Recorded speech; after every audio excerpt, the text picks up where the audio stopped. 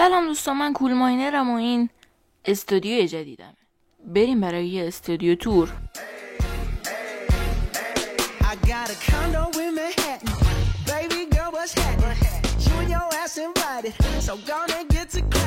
بریم سراغ موضوع اصلی ویدیو. قراره با این 3 روشی که میگم میس پی وی بیتون رو خیلی بهتر از حالت عادیش کنم. اولین حرکت میس سویچه که احتمال میدم خیلیاتون بلد باشین. میس سویچ خیلی دمیج میده و برای انجامش باید تا لحظه آخری که میخواید هیت بدید سورد دستتون باشه و بعد با میس بزنید بهش.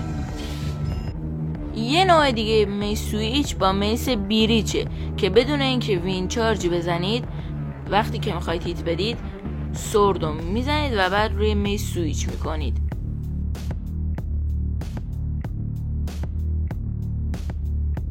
حرکت بعدی الکترومیسه که برای وقتی که پلیر داره ازتون فرار میکنه خیلی به درد میخوره. طوریه که میرید بالا، الکترا رو میپوشید و موقعی که میخواید ضربه رو بزنید الکترا رو در میارید. الکترومیس طوریه که شما با فایرورک و الکترا میرید بالا، اونجا چست پلیتتون رو میپوشید و باز الکتراتون رو میپوشید و تا لحظه آخر که دارید میایید زمین الکترا تنتون باشه و لحظه آخر با میس بزنید طرفو. اینم بگم که لحظه آخر باید چست پلیتتون رو در بیارید بعد میس رو بزنید.